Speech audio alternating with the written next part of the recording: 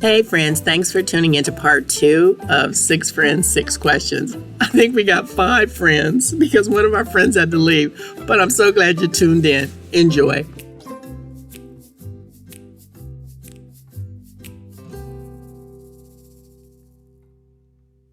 If you could see into the future, Oh boy.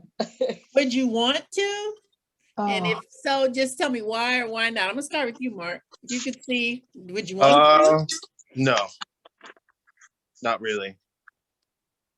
That would cause so much. I just think it would be a bad idea. I think you would know if you knew what was coming, you would try so hard to play against it that you would essentially make it happen faster. I just think that's a bad. Interesting. Okay, Marcy. I would not. Part of it is the unknown that makes life interesting. And so I don't want to know. And especially if it's good, I don't want to know, because then when it happens, I'm not going to be as excited. If it's bad, I don't want to know, because my life is going to be, I'll feel like I'll be depressed leading up to it, and I won't be able to enjoy my life the way that I need to. So no, there's no way. Hey, Sergey. Yeah, I agree. I think the society would fall apart for sure. Because I mean, our whole psyche is based on this kind of like a risk assessment.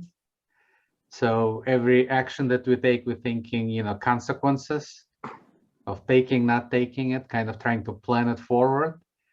But with knowing the future, all that goes away. I mean, how do you live your life at that point? I don't know. Sandy. Yeah. I am in full agreement. I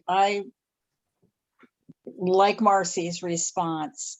It's like, if you knew something bad was coming, you'd be depressed if it was, if it was horrendous. And so you're constantly thinking about what's coming. And like she said, if it's something really good, I want to be excited. I want to be surprised. I want to be grateful for something good happening. And also for Sergey, I mean, I think society would fall apart if everybody knew what was. I mean, sometimes we think we know what's coming, but we don't really. So I don't have any Nostradamus fans here, huh? No. I'll avoid that if possible. Okay, I'm going to keep us moving then. When do you think that a lie is a better option than honesty? Marcy, I'm going to start. Okay, this is a hard one. I think a lie is better than honesty if it causes someone harm. Lies are rarely better than the honesty. I really feel like you should, and honestly, I don't even feel like you should lie about certain things. Maybe avoid sharing. There we go, would be better, because I don't feel like you should lie about a situation, because again, you're just padding the truth. So I always feel like you should be honest as much as possible. If the honesty is going to cause somebody harm, then just withhold information. There we go. Okay, I'm going to put Mark on the spot. Mark, if your wife says, "Have I gained weight?" What are you going to say? Oh my God. He's going to say, "I'm going to divorce you." Where's the prenup? If she said that, I would include we in the conversation. I wouldn't say her. I would say we have done something wrong. I definitely wouldn't say her. There are instances, I think, where not necessarily lying where you say you make up something, but I definitely think there's a point where an omission of facts can be better than telling the straight up truth. I mean, it's not necessarily lying, but I'm a firm believer it's not what you say, it's how you say it. So yes. I can tell you something, but how you say it means everything to it. So there are certain instances where I think omitting certain facts can be helpful in certain situations, but it's very rare. Sergey. Well, I think what they call it, white lies. So I think it's about the balance. So I don't know where to draw this line. I mean, obviously 50-50, that would be pretty bad. But let's say 90-10 would be, if 10% would be white lies and 90 is good, and 90 is truth, then it's maybe more reasonable. like when people tell stories to each other, sometimes they tend to exaggerate to make a point. So you can say there's a little bit of lying, but it's kind of inconsequential, just to, I guess, help to make a point. Like you said, when you're telling a woman that she looks beautiful, do you really think that? I mean, it's a kind of, it's not a selfish, you just try to make somebody feel good. I mean, kind of to boost the confidence. I mean, or let's say at work, when you have to tell somebody that they're not doing the good job, where you're saying that a good thing, then a bad thing, then a good thing. And I mean, so I guess to me, it's all about the balance. I mean, I guess you don't want to lie on important stuff. And you want to be truthful, like, I don't know, 95% of the time. I mean, I don't know, it's a good number. But 5%, I guess I'm fine with a little bit of white lies, because it helps to take the edge off of situations. Because people can get confrontational, emotional, difficult conversations. So, and when you kind of, trying to smooth the edges a little bit, I guess on the minor stuff, that's fine. I guess I can live with that. That's interesting. I was thinking about when I had a guest on Tap Talks a couple of weeks ago, and he was talking about in Ukraine where many of the males were conscripted for the military, and it was based off of age. And I know how I am about my son. And I believe they went as low as the age range. If he had been close and they had said, hey, anybody 18 and above. If my son were 19 and they would have asked if he's 18, I would have said my son is 17. Yeah. Well, let's be clear. How many of us, when we took our kids to go and corral and our kid was 12 and it's 11 and under, did we not say, you know what I mean? And everyone's kid said, no, Mom, I'm 12. Exactly. That's a good one. Yeah. Okay, how many of you actually have the right weight on your license, on your driver's license? It Not was for correct you. when I wrote it down years ago. When I said it. I bet mine hasn't been right in about 55 years. Yeah, yeah. Okay, this next question is a little bit more controversial. What do we think about gun control? Do you think there should be gun control? I'll start with you, Sandy. Absolutely. And I think we have gun control, but I'm not sure we have everything in place that we need to have in place. I think the Second Amendment, that's the Second Amendment, where we have the right to protect ourselves, protect our home. I think we have a lot of Wyatt Earps running around with AK-15s, and I'm like, I guess I don't understand, why does somebody need an AK-15? But I'm not faulting them. I mean, I understand their right to bear arms. I think we need to do a better job of background checks. I have a friend, I think they have like 5 or 6 guns, and all of them but one were bought and there was a background check. But the last one was a private sale from a friend, so there was no background check. Now these folks are fine. They, there's nothing nefarious going on there. So I think we have some issues with how are some of these people getting guns that shouldn't be. Is there mental illness involved? So I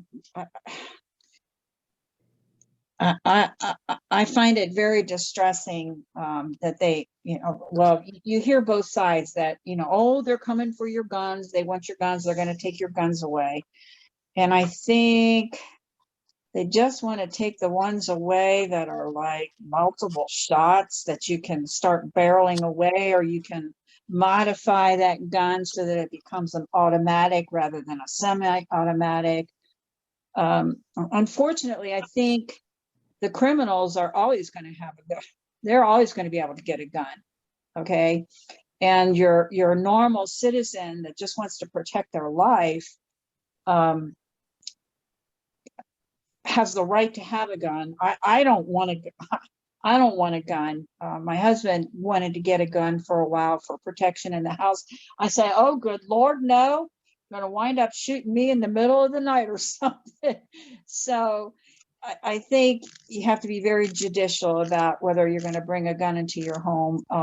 But I definitely think there needs to be gun control. I think there needs to be limitations, but I'm not really sure what is right.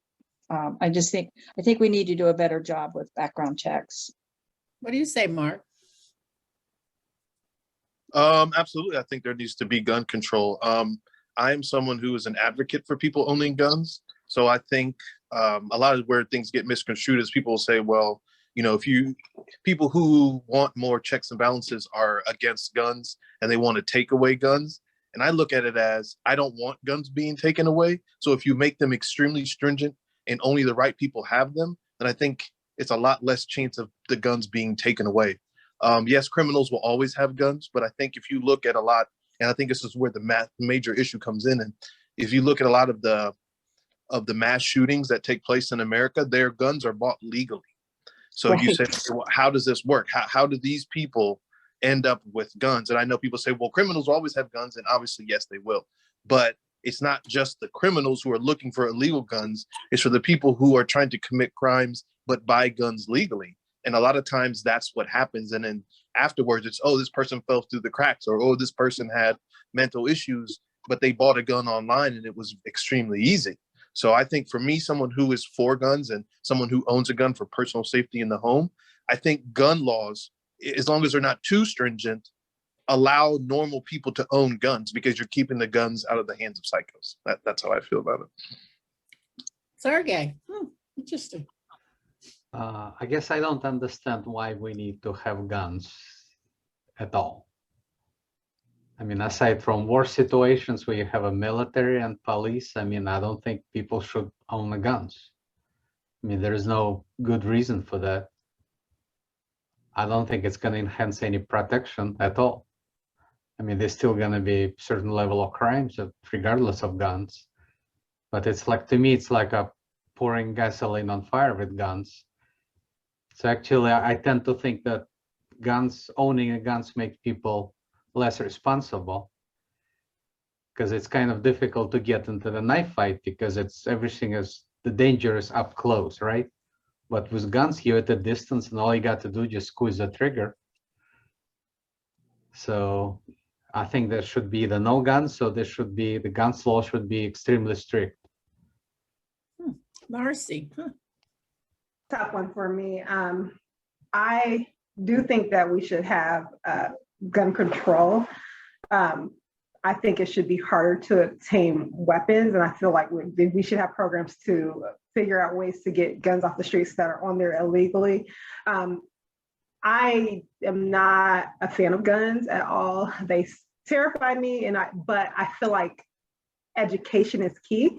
And part of the reason why they terrify me is because I have not been educated on guns, and also because I've trauma from guns, we'll say that.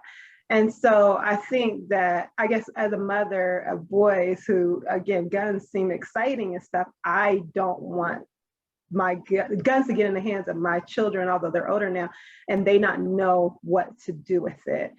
So I think it's very important that we teach education on guns. How do we use guns? Not just going through a CCW class. Like, if you have a household where you have kids, where you have guns, but you have kids, your kids should know how to use a gun, how to have the safety around guns, all of that stuff, so that they're not picking up the guns and just playing around and shooting themselves or someone else. Also, I think when trying to make sure we are putting guns in the right hands of the citizens who it could protect, I think we need to really do a better job about the mental health aspect of it. And I feel like if we're doing training, we really also need to have mental health not just evaluations, but mental health services provided for folks who own guns. My children's father committed suicide with a gun. And so again, mental health with that. So it's very triggering for me. And just having that around my kids is terrifying. Approximately 53% of all suicide deaths across the country during the first year of the pandemic involved guns. That was up from 50% in 2019. So not saying that I don't think guns should be out there, but I think we really have to do a good job about screening, about educating, about mental health. I would say, well, we shouldn't have guns. We shouldn't give anybody guns. But if there is someone coming to harm our family, we have to be able to protect ourselves. And a knife or a bat is not going to do anything against a gun. So if the gun is the way we have to protect ourselves, then I think that should be done. Now, there's also another issue that I have that causes me fear and pause. I know with CCWs, when a police officer will run your place and they see you had a CCW, a lot of times they would come out with guns drawn or things of that nature, to my understanding. And as a Black woman with Black boys, if they had that, you know, I look at folks who may have got shot because the police officer was nervous that they had a gun, even though they had CCW, which meant that they went through training. I think as African Americans, there's a lot more pause that we have and a lot more consideration that we have for that. So things like that really make me concerned. Stand your ground, I get it, but again, as an African American, there's things that cause me pause about that as well, because it's like, I think it could be harmful in our communities to where, again, where we could be saying, hey, we're standing our ground. Well, you really look at it like we're standing our ground, but if it was vice versa in a white community, I feel like it'll be looked at differently. So there's so much on that. And so I'm not going to get into all the details, but yes, there should be gun control, but there's a lot more to it than just control. It's interesting, and I wrote the question. I actually looked at what the forefathers said we had the right to bear arms. I actually looked at how much time it took to actually load a musket, okay? Because those are the guns they had, okay? And it said you could get 1 to 2 shots off per minute. So I think when they were talking about guns, they were basically saying you could probably shoot 2 people, maybe, yeah, but in a minute. Back then it was wilderness, basically. Yes. And I would say society was not as civilized as as it is now. And now you can get the semi-automatics. You can get 80 to 120 rounds. I think also a lot of those rules were enacted so the government can't overtake us. So when you say we shouldn't have any guns, I think if you look at situations like, say, World War II and the Holocaust, the first thing the Germans did was take everyone's guns. So I do think there is some benefit to having them, especially as a Black male, because I think obviously gun can be a bad thing, but it's like, if things go south, what protects us? What keeps us safe? What is the only thing that stops anyone from barging into my house? And sadly, that is a gun a lot of times. Yeah, I don't know if you guys have been following this story, but there was a young lady that was going to a prom and she posed with a gun. She actually posed with a machine gun. Oh. She was expelled and she lost her college scholarships because of that. Whoa. Thanks. So it's very interesting. I don't know that there's a right or wrong answer here because my father owned guns and we knew where they were in the house. And but we also knew gun safety and we knew not to touch those guns. Oh, we just had so I think it depends on the safety in the house. So we just and how you're taught. January 6th event a year ago. Just imagine if all those people would bring their guns, what would happen then? I mean, there is a reason why we have elections and we have organized society, so we resolve our differences, through legal means. I understand, and I think a lot of it is just cultural. Depends on a lot where you come from. If you come from, especially like in America, it's just something that is much more natural. As to where I have a lot of friends who live in England, and they're like, God, it's crazy. What, you guys, everyone has a gun? As to where in England, it's extremely difficult to have a gun, and it has been for some time. So I think once you live through society where you've lived without a gun, it makes it much easier. But I mean, if you even mention that here in the States, I mean, you'll get shouted down as far as gun control. I mean, the idea of never having guns, that will never fly here, I don't think, ever. Now, sir, I'm trying to decide. Okay, I really do want to ask this. Who believes in the death penalty? Oh. I'm gonna start with Mark. so this is difficult because it's very simple to say, oh, I think people who molest children or things of that nature. But I used to think that the death penalty was a good idea. You know, it's a lot of like when you think of things in an idealistic way, of course, but when you think of things in a real way, when you think of the fact that there have probably been people who have been executed who didn't commit a crime or who were, you know, basically, you know, they made the evidence look a certain way. You just think of society and you think of also just, you know, how our court system is set up. You know, if you get stuck with a public defender, it's very easily that you'll, you know, you could lose your trial, as to where if you had, you know, OJ money, you could get off. So it really has nothing to do with your guilt and innocence, more so the fact of how much money you have. You know, just like, you know, the court system is set up, they'll set a bond. A lot of people sit in jail because they have zero money to pay their bonds. And when they get out, they flee, which then causes more issues. So it's, you know, the legal system is a whole nother conversation. But I personally am against the death penalty. If you're trying to teach somebody it's wrong to do something, I'm not sure if killing them is the best way. So, oh, you killed someone, so the best way to teach you is to kill you as well. I don't know if that's the smartest answer. I'd like to hear your answer, Sergey. I don't think it's just there's more trouble with that. So I would that there should be no death penalty. I think there should be no death penalty. One, because innocent people have been put to death that were not guilty. It's more extensive, and I didn't quite understand that. I guess it's the appeals process, because they have the right to go through all these appeals.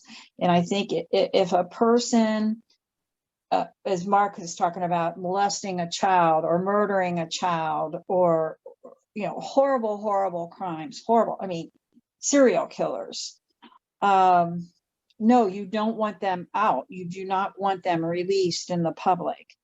But I just think they should be locked up. That should be for life. You know, appeals are over. It's done. I think a lot of victims, of family members, they finally get to the point of forgiveness for that person that has caused them so much grief and so much harm. Your friend that was on, you know, with her daughter that was murdered, and I can't remember what she said about forgiving that young man, but I think for the victims, for the family of the victims, they need that time to digest and be able to come to forgiveness for that person, because if they carry that bitterness and hatred and I want vengeance, I think it destroys them. It hurts them more than it's going to hurt that person. So, and I'm not saying I won't change my mind again. If somebody did something to one of mine, in fact, I've told my daughter, said, anybody touches one of those grandbabies, I said, don't you do a thing, you call me, I'll take care of it. Okay, I posted a big story. I mean, you know, that I really meant it. And then I got to thinking about it. I'm like, I'll go to prison. Okay. But that's not my place. Vengeance isn't up to me. And I don't know how you get into that place of forgiveness. And I think that's a real challenge. And it takes probably a while. It takes just concentration, and how do you get to that point? I think it's kind of barbaric. I have to tell you, just a little aside, I got to thinking about this when the Oklahoma City bombing took place and McVeigh was sentenced to the death penalty. He was just a young man. He's all messed up in his head. And he decided to waive all of his appeals. And I remember watching the TV as they led him out of his cell to the death chamber. And I cried. I thought, oh my God. I mean, what he did was horrendous and horrible. And I know a lot of people felt he should be put to death. And I had a change of heart. I thought, no, he should be locked up for life. I really struggled with him, because I just thought how afraid he must have been, I think he was messed up in his head. So I feel that the family needs that time to learn to forgive that person and go on with their life. I don't know how you get through that. I think that's a wound that stays around for a long time. And I agree with everyone else.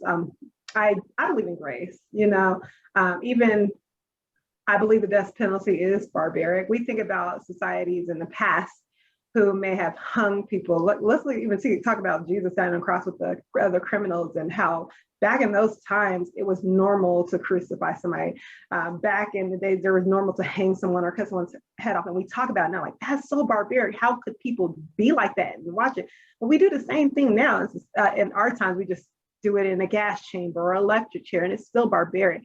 And the thing is, again, one, just like Mark and Sandy said, there's been so many accounts where we have seen that someone who was on death row who was found innocent, and luckily they got off. And then there's others who passed away and then later on found out that in fact they were innocent. There's so many opportunities for law enforcement to twist things and mix things up for their own benefit. So, you know what I mean? So that they don't get in trouble for something. So that could be another instance where there's somebody who's innocent. But let's say that this person is totally wrong, who did something totally bad. I still believe in grace, because I believe that God would have grace for that person, because we have all done things wrong. And one sin is not necessarily greater than the other, even though it hurts bad. But I really would like an opportunity for that person to be able to sit with what they did and be able to repent, be able to even have an opportunity to apologize. I would get more closure from, like if a loved one was murdered, I would get way more closure if that the defendant came to me eventually and repented and apologized than I ever would from them dying and I never got that apology. And let's say I never get that apology, I still believe in grace.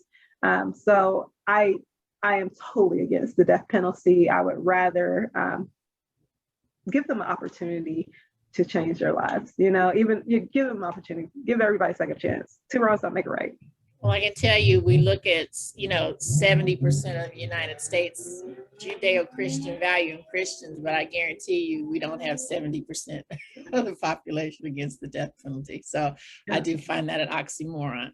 Okay, I want to be respectful of everybody's time, but I really do want to ask this last question if I can, and I want to start with you, Mark.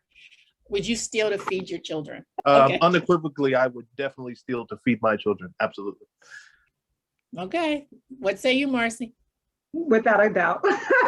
If my kids are hungry and I could not feed them any other way, I want to make sure my children are taken care of. And so I would risk going to jail and getting beat up to make sure my kids were well fed. Okay, and we'll end it with you, Sandy. Interesting. Yeah, I think that it's wrong to steal. Okay, I do. But if my child was hungry or my children were hungry, I would steal.